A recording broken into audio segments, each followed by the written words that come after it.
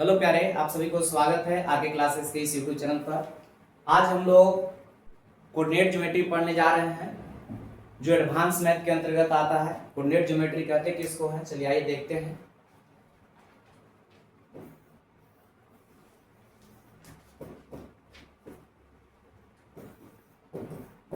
Coordinate geometry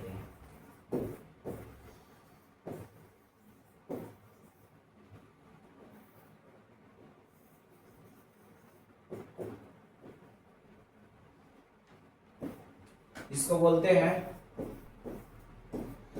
निर्देशांक या नियामक ज्योमेट्री।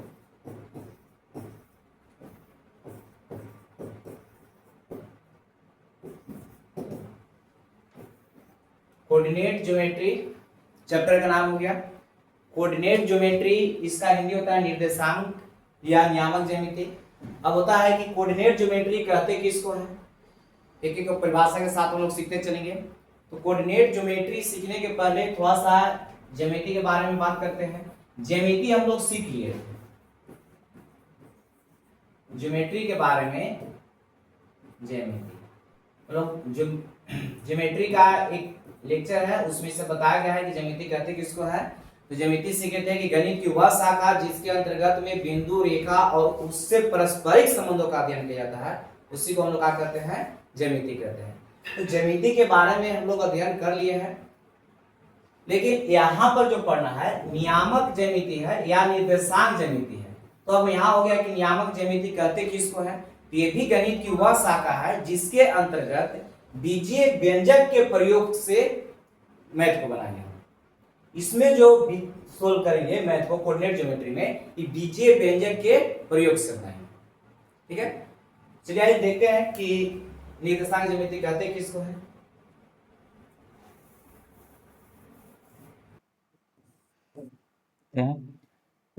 गणित की वह शाखा, गणित की वह शाखा जिसके अंतर्गत, गणित की वह शाखा जिसके अंतर्गत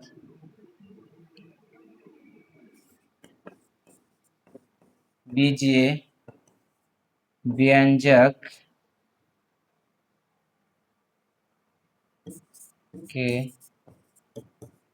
प्रयोग से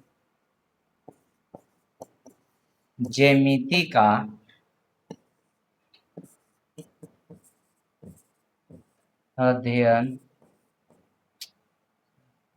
अध्ययन किया जाता है।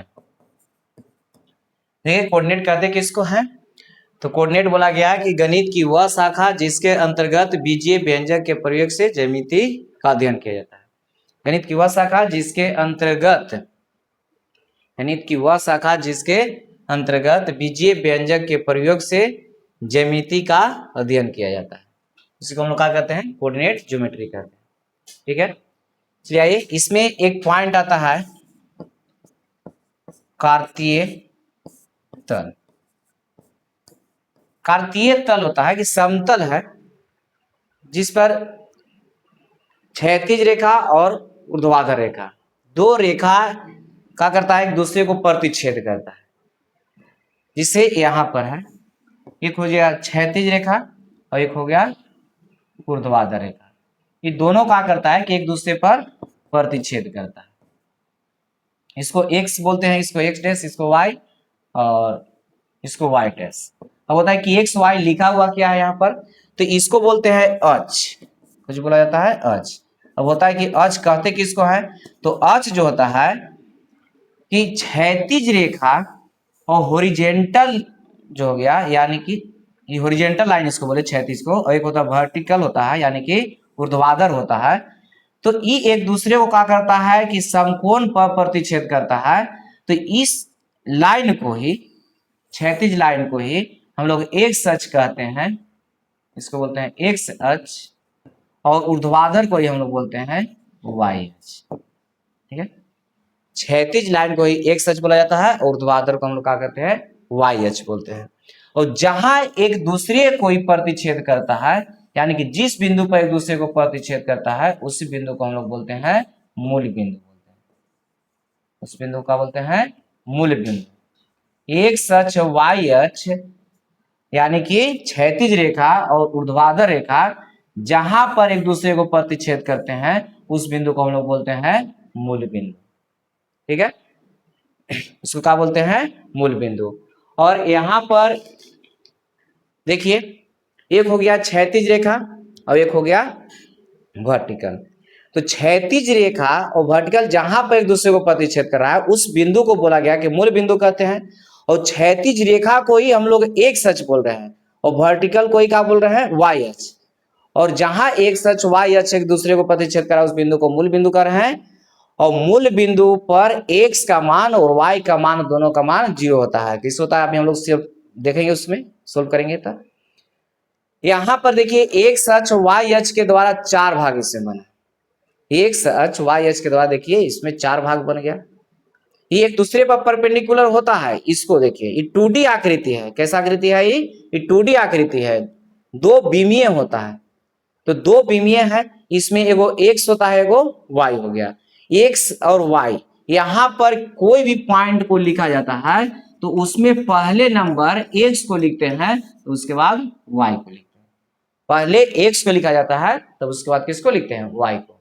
ये 2D आकृति है, 2 डायमेंशनल है, दो विमीय इसको बोला जाता है। ठीक है, और इसमें x को हम लोग भुज बोलते हैं और y को कोटि बोलते हैं। और यहां पर कोई भी पॉइंट लिखाएगा उसको ब्रैकेट में लिखना है और उसमें x पहले लिखाएगा उसके बाद y लिखाता है।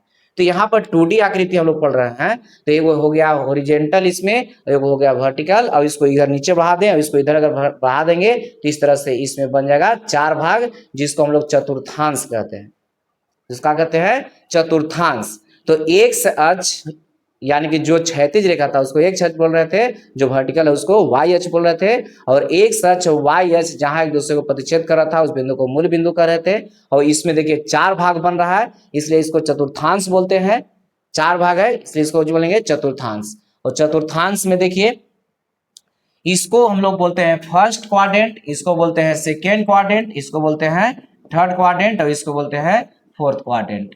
यानी कि इंग्लिश में इसको बोला जाए चतुर्थांश को तो क्वाड्रेंट बोलते हैं। ये हो गया फर्स्ट क्वाड्रेंट, इसको बोलते हैं सेकेंड क्वाड्रेंट और इसको बोलते हैं थर्ड क्वाड्रेंट और इसको बोलते हैं फोर्थ क्वाड्रेंट। ठीक है, क्वाड्रेंट।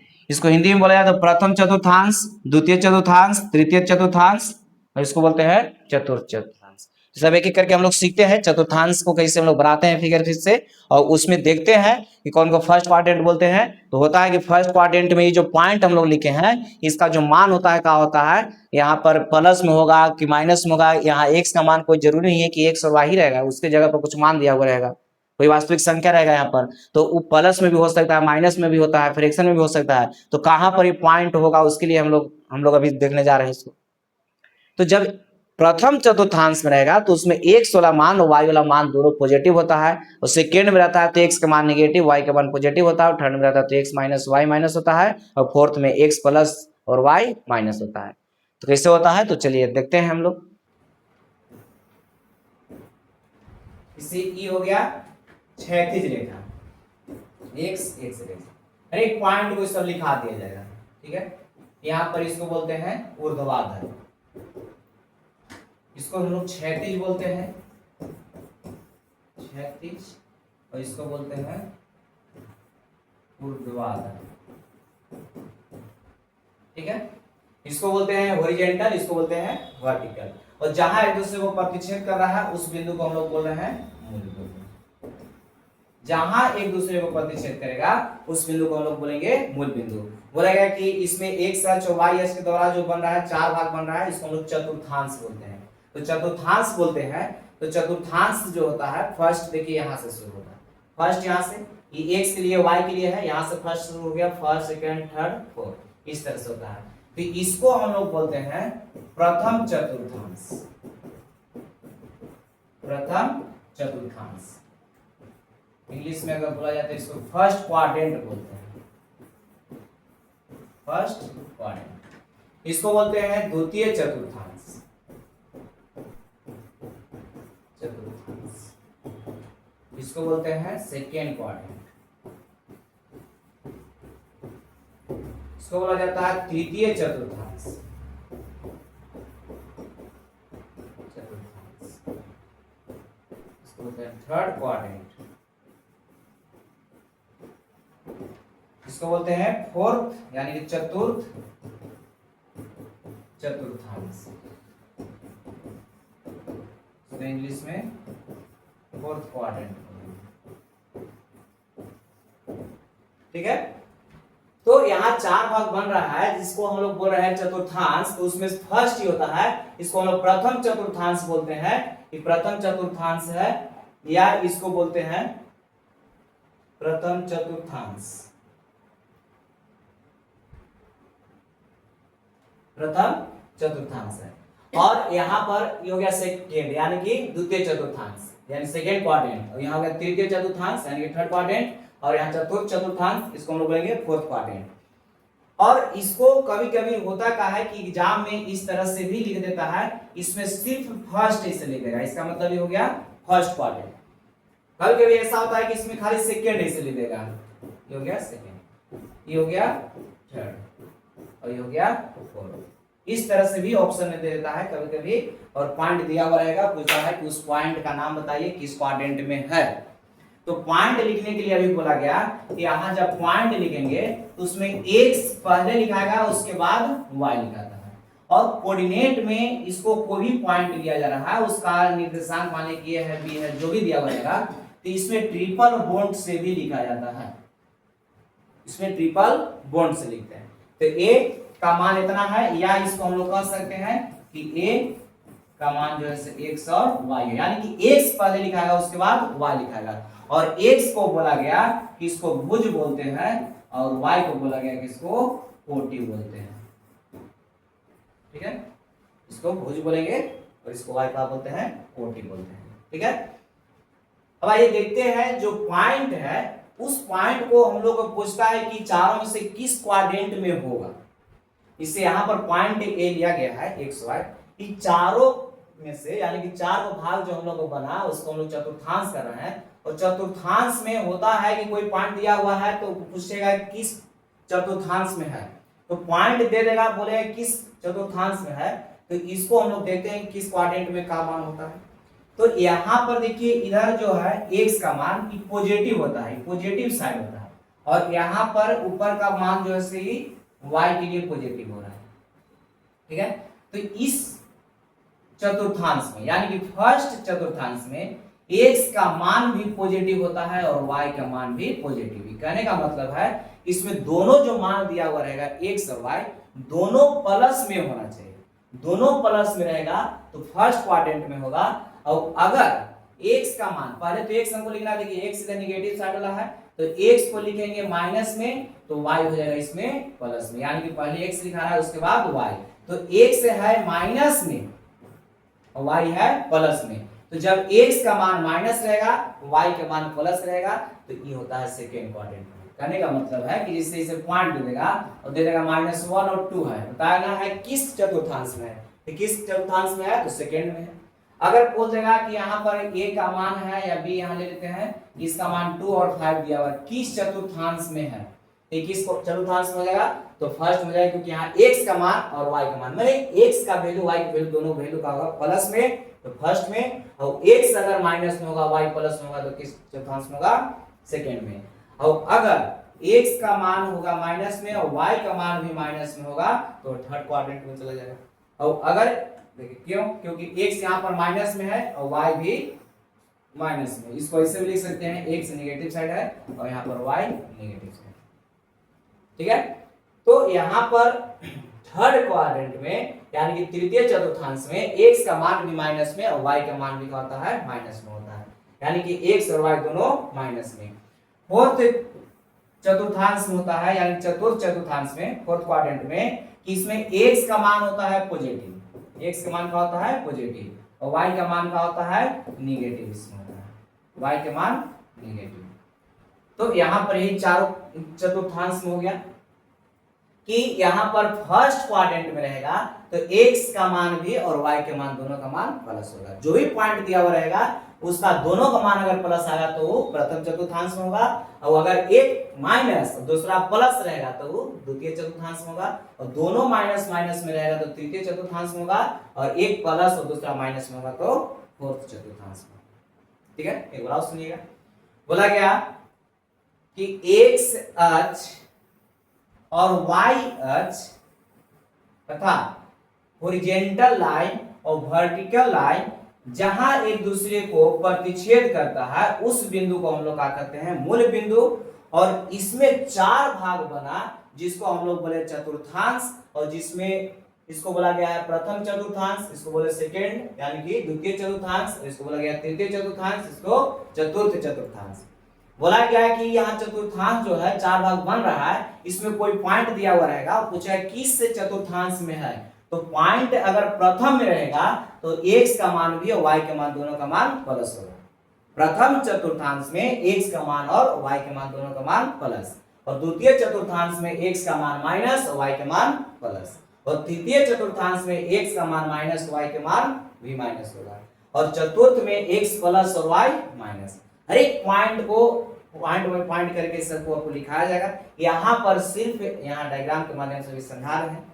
ठीक है, अब बात आता है कि ये तो हो गया कि इस क्वाड्रेंट में यानी कि फर्स्ट में रहेगा तब, सेकेंड में रहेगा तब, और थर्ड में रहेगा तब, और फोर्थ में रहेगा तब। लेकिन कभी कभी ऐसा स्थिति होता है कि कोई पॉइंट दिया हुआ है, हो सकता है कि एक्स अक्ष पर ही रह जाता है, हो सकता है कि एक्स अक्ष पर ही रह जाएगा।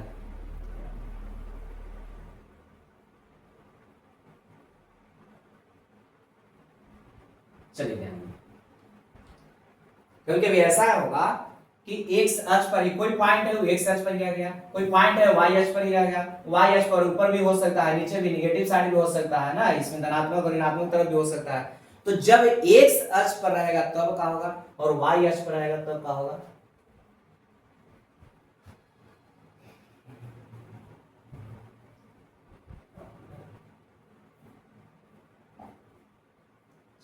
आगे देखते हैं। अच्छा कि x अक्ष पर रहेगा तो उस पॉइंट को हम लोग क्या कहेंगे, y अक्ष पर रहेगा तो उस पॉइंट को क्या कहेंगे। इधर x अक्ष, x x इधर है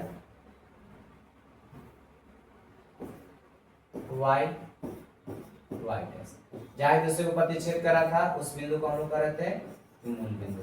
ठीक है, इसको वो दर्शाते हैं। चलिए आगे देखते हैं। इसमें तो हम लोग जान गए कि प्रथम चतुर्थांश में रहेगा तो इसमें x का मान भी प्लस रहेगा, y का मान भी प्लस रहेगा। सेकेंड में रहेगा तो x का मान माइनस, y का मान रहेगा प्लस। थर्ड में रहेगा x का मान माइनस, y का मान भी माइनस। फोर्थ में रहेगा x का मान प्लस, y का मान रहेगा माइनस। ये था सेकेंड, ये है फोर्थ क्वाड्रेंट, और सॉरी ये है थर्ड क्वाड्रेंट, हो गया फोर्थ क्वाड्रेंट। ठीक है, लेकिन अब रह गया कि x अक्ष पर रहेगा तो पॉइंट कितना होगा, y अक्ष पर रहेगा तो पॉइंट कितना होगा, ये देखना है।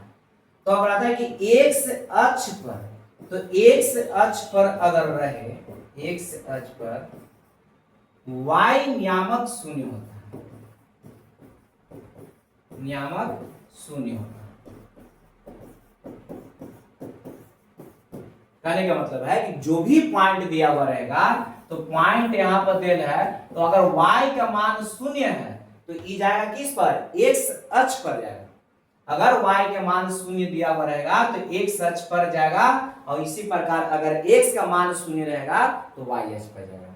तो x अक्ष पर y नियामक शून्य होता है, और x अक्ष पर किसी बिंदु का नियामक अगर पूछ देगा, x अक्ष पर किसी बिंदु का नियामक, किसी बिंदु का नियामक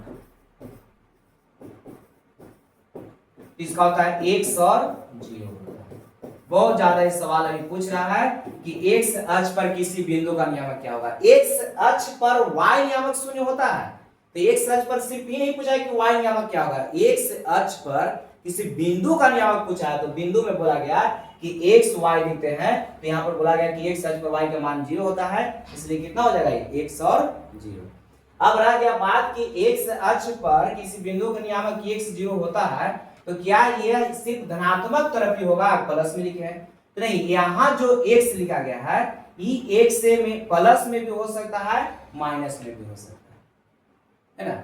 यहाँ पर x प्लस भी हो सकता है माइनस, x वास्तविक समझे मान के चलिए है, पॉइंट में भी हो सकता है, कहीं लिख सकते हैं, ठीक है, लेकिन पॉइंट में रहेगा जो भी है, हम प्लस माइनस की बात अभी कर रहे हैं। तो प्लस रहेगा तब तो y अक्ष के दाईं ओर होगा, और अगर माइनस रहेगा तो y अक्ष के बाईं ओर होगा, लेकिन होगा तो कहां होगा, x अक्ष पर ही होगा। कब, जब y के मान शून्य रहेगा तब।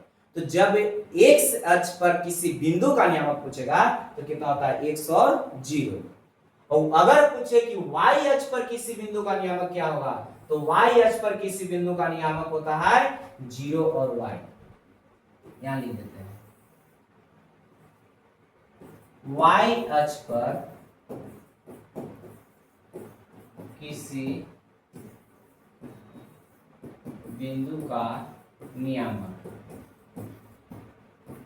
0y, और y अक्ष पर किसी बिंदु का नियामक हम लिखे हैं सिर्फ 0y होता है, लेकिन y अक्ष पर x नियामक पूछेगा तो कितना होता है 0 होता है। y अक्ष पर किसी बिंदु का नियामक, अगर x अक्ष पर किसी बिंदु का नियामक पूछा तो हो गया x और 0, y अक्ष पर किसी बिंदु का नियामक पूछेगा तो कितना हो जाएगा 0 और y, लेकिन पूछेगा कि x अक्ष पर y कोऑर्डिनेट का होता है तो 0, और यहाँ y अक्ष पर x कोऑर्डिनेट का होता है 0, तो x अक्ष पर y कोऑर्डिनेट 0 और y अक्ष पर x कोऑर्डिनेट का होता है 0 होता है। और यहाँ पर x अक्ष पर किसी बिंदु का नियामक पूछेगा तो x 0, और y अक्ष पर किसी बिंदु का नियामक पूछेगा तो 0y। अगर माइनस में दिया हुआ मान रहेगा y का मान, तो यहाँ पर x अक्ष के नीचे का भाग होगा, यानी कि इधर होगा, निगेटिव साइड होगा। अगर x का मान माइनस दे रहेगा तो इधर होगा, नेगेटिव साइड होगा। एक स्थिति ऐसा होता है कि x का मान भी 0 हो जाता है, y का मान भी 0 हो जाता है। तो एक पॉइंट जहां पर x अक्ष और y अक्ष एक दूसरे को प्रतिच्छेद कर रहा है, उस बिंदु को हम लोग मूल बिंदु कहते हैं, और यही मूल बिंदु पर x का मान भी और y का मान, दोनों का मान क्या हो जाता है, शून्य हो जाता है। तो यहाँ पर होता है कि मूल बिंदु का नियामक होता कितना है, तो मूल बिंदु का नियामक 0 और 0 होता है। तो जहां पर क्षैतिज रेखा और ऊर्ध्वाधर रेखा जहां पर एक दूसरे को प्रतिच्छेद कर रहा था, उस बिंदु को हम लोग क्या बोले, उस बिंदु को हम लोग मूल बिंदु बोल रहे थे। और मूल बिंदु ही ऐसा है जहां पर x का मान भी और y का मान भी कहा जाता है 0 होता है, जिसको हम लोग बोलते हैं मूल बिंदु। तो यहाँ पर 1 नंबर में सवाल रहता है कि मूल बिंदु का नियामक कितना होता है, तो मूल बिंदु का नियामक कितना होता है 0 0 होता है। मूल बिंदु का नियामक कितना होता है 0 0 होता है, ठीक है। तो यहाँ पर मूल बिंदु में कोई दिक्कत है बताइए, मूल बिंदु का नियामक पूछेगा कितना होगा तो 0 0। 1 नंबर का सवाल रहेगा कि मूल बिंदु का नियामक होता कितना है, तो मूल बिंदु का नियामक कितना होता है तो 0 0 होता है। x अक्ष पर क्या होता है, तो x अक्ष पर y नियामक 0 होता है, और x अक्ष पर किसी बिंदु का नियामक 0 और y होता है। y अक्ष पर किसी बिंदु का नियामक बताइए तो 0 और y होता है, और y अक्ष पर x कोऑर्डिनेट का होता है 0 होता है, ठीक है। चलिए तो इस पॉइंट को हम लोग थोड़ा लिख लेते हैं, आइए देखते हैं यहाँ पर कि x अक्ष पर y नियामक 0 0 होता है। बहुत इंपॉर्टेंट पॉइंट है। y अक्ष पर x अक्ष पर y नियामक 0 होता है, और किसी बिंदु का नियामक, क्या लिखते हैं, किसी बिंदु का नियामक x 0 होता है। अगर बिंदु का नियामक पूछेगा तो कितना हो जाएगा x 0। कोई जरूरी नहीं है कि x प्लस में ही रहेगा, प्लस में भी रह सकता है और माइनस में भी रह सकता है, लेकिन ऑप्शन जब देता है कि किसी बिंदु का नियामक बताइए तो x और 0 ही रहेगा, वहां प्लस माइनस नहीं रहेगा, ठीक है। अब देखिए यहाँ पर हो जाएगा कि y अक्ष पर x नियामक शून्य होता है, नियामक शून्य होता है और किसी बिंदु का नियामक और लिखा हुआ है, और किसी बिंदु का नियामक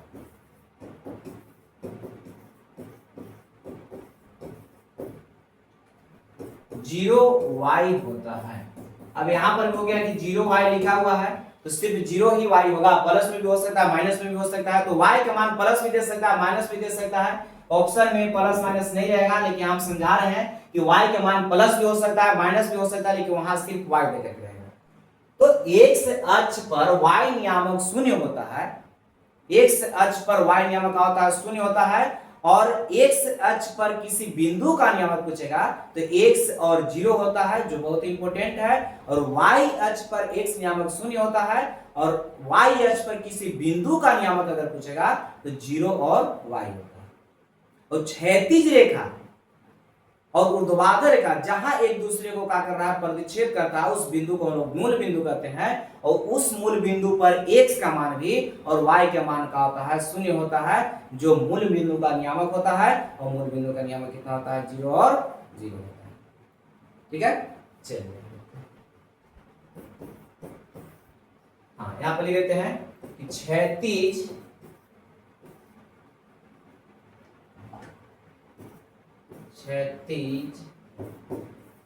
रेखा और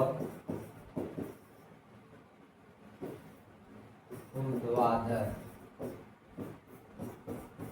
रेखा एक दूसरे को जिस बिंदु पर प्रतिच्छेद करती है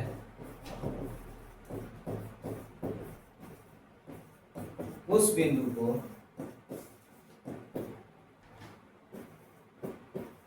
मूल बिंदु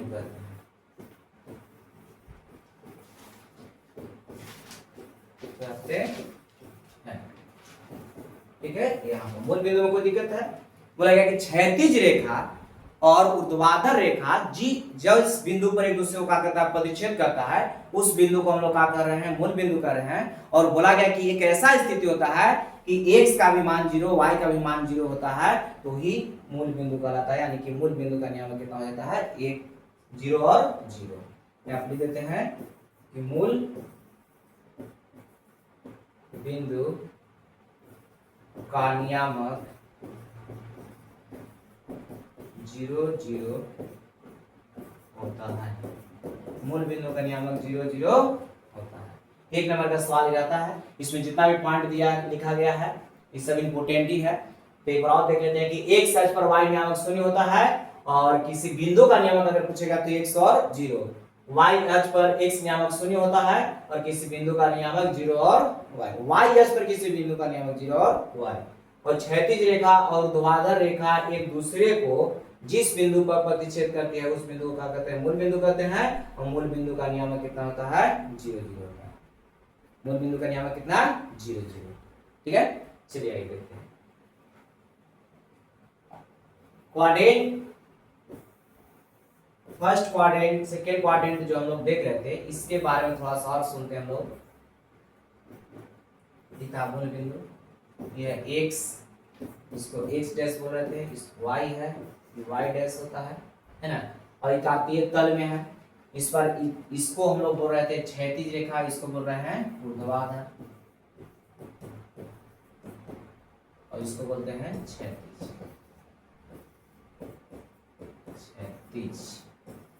ठीक है, अब बात यहाँ पर आता है, कोई पॉइंट दिया हुआ रहेगा तो किस से क्वाड्रेंट में है उसके लिए। तो पॉइंट यहाँ पर हम कुछ ले लेते हैं, पॉइंट्स है बहुत सारा पॉइंट यहाँ पर ले लेते हैं। ए है, इसका मान दिया हुआ 3 और 4 है।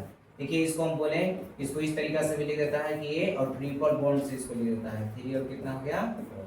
बोलेगा कि किस क्वाड्रेंट में है, तो किस क्वाड्रेंट में है, तो इसके लिए तो बताया गया कि फर्स्ट में जब होगा तो x का मान भी प्लस y का मान भी प्लस, तो दोनों यहाँ पर प्लस प्लस है, इसलिए किस में हो जाएगा, तो फर्स्ट क्वाड्रेंट में होगा। अब रह गया बात कि फर्स्ट क्वाड्रेंट में है तो कहां पर ये पॉइंट होगा, तो इसके लिए तो ग्राफ पर हम लोग इसको सीखते हैं। दो चर वाले रैखिक समीकरण जब पढ़ते हैं तो उसमें ग्राफ मिल जाता है। ग्राफ में इसे दर्शाने के लिए हम लोग जानते हैं कि पॉइंट को कैसे दर्शाना है, और यहाँ पर नहीं भी जानते हैं तो थोड़ा सा देख लीजिए। इधर लिखते हैं तो मूल बिंदु है, यहाँ से जब चलेंगे तो वास्तविक रेखा के लिए या परिमेय संख्या के लिए ये सब बताया गया होगा लाइन उसमें, है ना। पूर्ण संख्या के लिए लाइन बताया गया होगा कि यहाँ 0 है तो यहाँ 0 के बाद हो जाएगा 1, 1 के बाद कितना 2, 2 के बाद 3, 3 के बाद 4, 5, इस तरह से यूनिट इसका सेम होता है। ग्राफ कॉपी में ये सब लाइन बनाया हुआ रहता है इस तरह से, है ना। और ये हो गया पूर्णांक संख्या के लिए ग्राफ रहता है, तो ये तो हो गया पूर्ण संख्या के लिए ग्राफ। और पूर्णांक में जाते हैं तो इधर नेगेटिव साइड में चल जाते हैं, यानी कि -1, -2, -3, -4, -5 इस तरह से लिखते हैं, तो हो गया पूर्णांक। उसी प्रकार इसको भी लिखते हैं तो ऊपर में पॉजिटिव साइड होता है 1, 2, 3, 4, 5, और लिखना चाहते हैं कि ऊपर नीचे जाएंगे नेगेटिव साइड है -1, -2, -3, -4, -5, -6। ग्राफ कॉपी में सब लाइन इसे बनाया हुआ रहेगा, इस तरह से बनाया हुआ रहता है, उसमें कहीं कोई दिक्कत नहीं होगा दर्शाने के लिए पॉइंट को। लेकिन यहाँ पर ग्राफ हम लोग लिए नहीं है, इस तरह से इसी को समझाने का प्रयास करते हैं पॉइंट को कहाँ रखेंगे हम लोग। ये हो गया आपका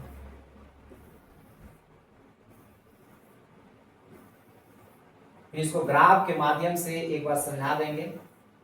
पहले लोग बिना ग्राफ के सीख लेते हैं इसको, उसके बाद ग्राफ के माध्यम से बताया जाएगा ग्राफ पर किस तरह से बनाना है इसको। चलिए पॉइंट एक लिए थे, पॉइंट को हटा देते हैं यहाँ से।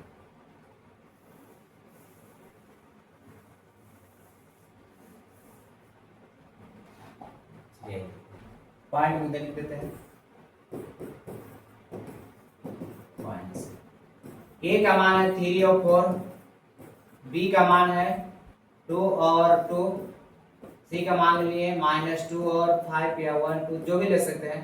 डी का मान है 5, 0 है, और ई का मान है 2, 0 है, -2 ले लेते हैं यहाँ पर, -2 है। एफ का मान ले लिए 0 और -3 है, जी का मान है 0 और 2, इस तरह से मान दिया हुआ है, ठीक है। और सबसे पहले तो पूछेगा इसमें तो बताइए कि यहां जो पॉइंट दिया हुआ है कि पॉइंट किस चतुर्थांश में है, और किस चतुर्थांश में है तो इसको फिर कहेगा कि उसको दर्शाइए। पॉइंट को क्या करना है, दर्शाना है। सिर्फ अगर पूछा है किस क्वाड्रेंट में, तब तो सिंबल से आसानी से हम निकाल लेंगे। लेकिन अगर पूछ देगा कि किस क्वाड्रेंट में है तो पहले नंबर तो देखा लिखना है इसको किस क्वाड्रेंट में है, और इसको दर्शाइए, तो इसको ग्राफ पेपर दर्शाना होगा, ठीक है। तो आइए देखते हैं यहाँ पर पॉइंट जो दिया हुआ है 3 और कितना है 4 है, तो 3 और 4 है तो यहाँ x भी प्लस में है y भी प्लस में है। तो ये बोला गया कि x का मान और y का मान दोनों प्लस में रहेगा, तो फर्स्ट क्वाड्रेंट में होगा।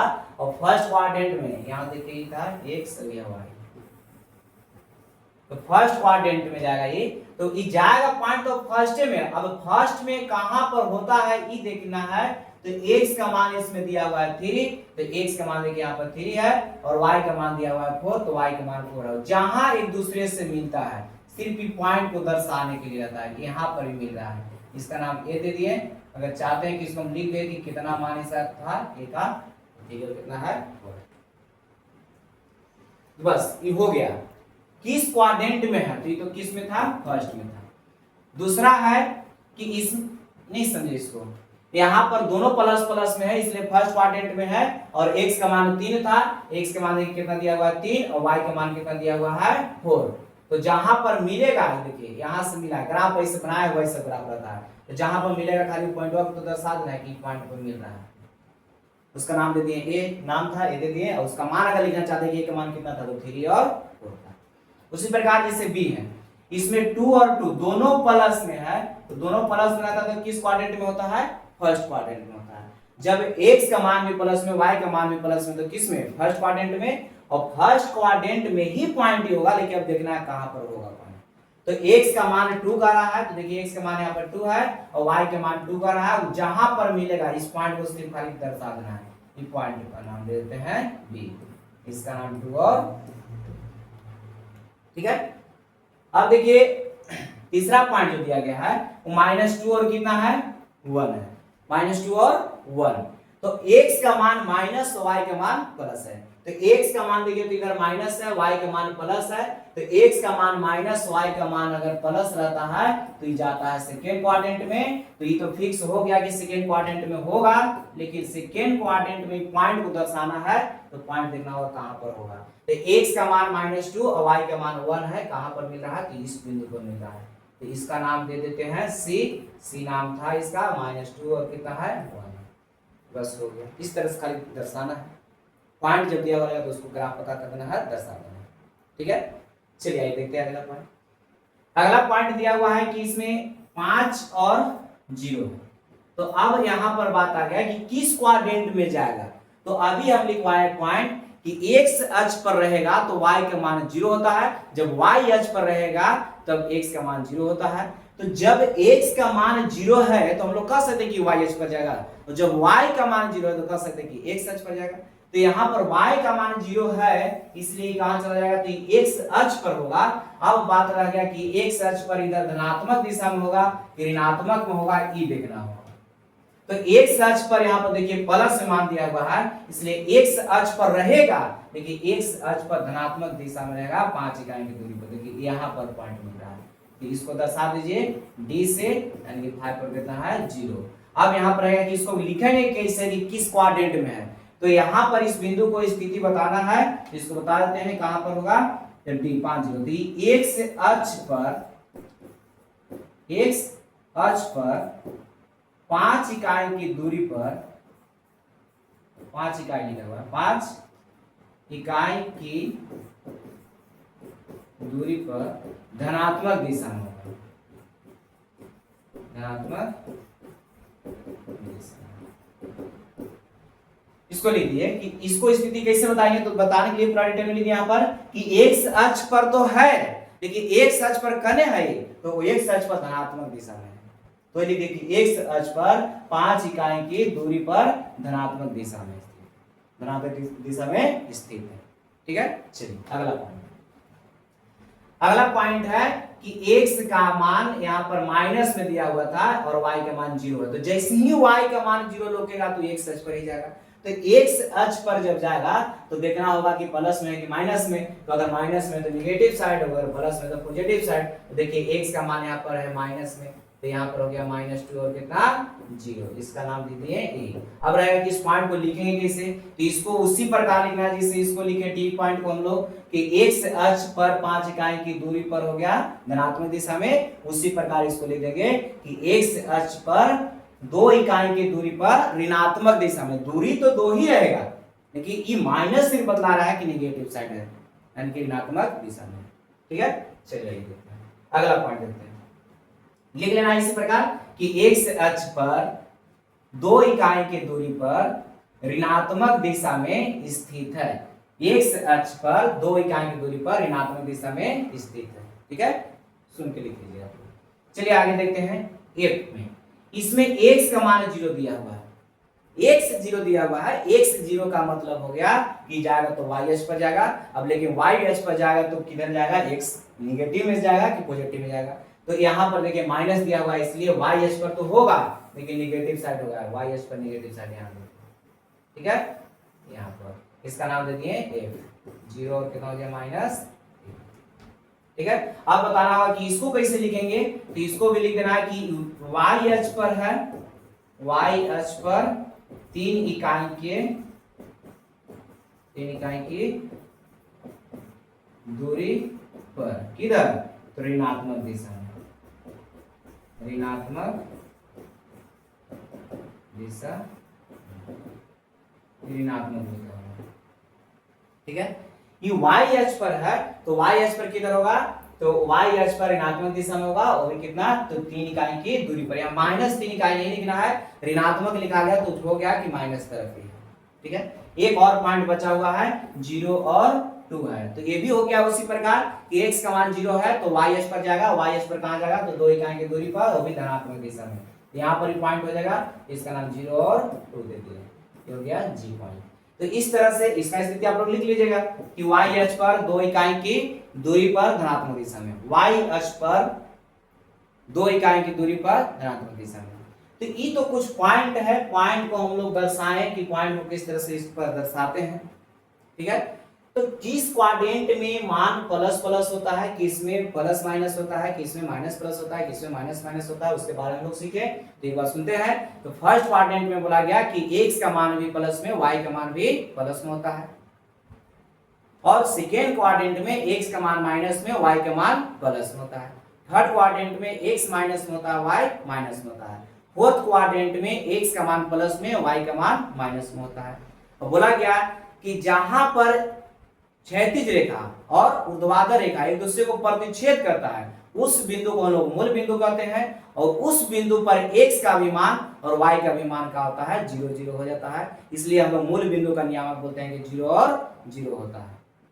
और x अक्ष पर बोला गया कि y का मान 0 होता है, या उस पर किसी बिंदु का नियामक, यानी कि x अक्ष पर किसी बिंदु का नियामक पूछेगा तो x 0 होता है, और y अक्ष पर किसी बिंदु का नियामक पूछेगा तो 0y होता है, लेकिन y अक्ष पर अगर x नियामक पूछेगा तो 0 होता है।